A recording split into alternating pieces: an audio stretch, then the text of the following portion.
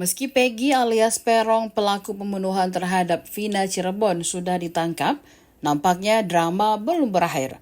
Keluarga buronan 8 tahun itu berkilah bahwa polisi salah menangkap orang karena Peggy dinilai tidak bersalah.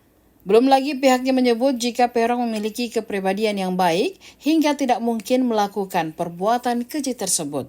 Ibu Peron, Kartini, habis-habisan membela dan membantah kelakuan anaknya yang diisukan publik.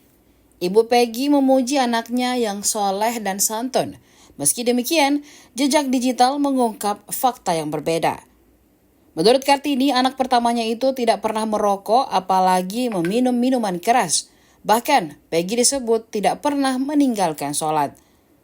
Oleh karena itu, Ibu Peggy meyakini bahwa sang anak tidak terlibat dalam kasus pembunuhan Vina dan Eki di Cirebon. Di sisi lain, pernyataan Kartini itu menjadi sorotan karena fakta sebaliknya terekam dari jejak digital Peggy. Dalam akun Facebooknya, Peggy pernah terlihat berfoto sembari merokok. Bahkan foto tersebut diunggah pada tahun 2015 atau sebelum kasus pembunuhan Vina dan Eki.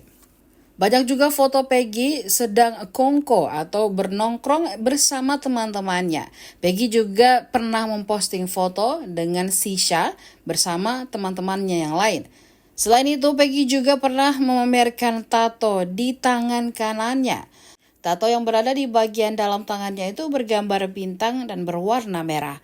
Bahkan saat ditangkap polisi baru-baru ini, terlihat pada foto yang beredar jika Peggy memiliki cukup banyak tato. Download Tribun X sekarang, menghadirkan lokal menjadi Indonesia.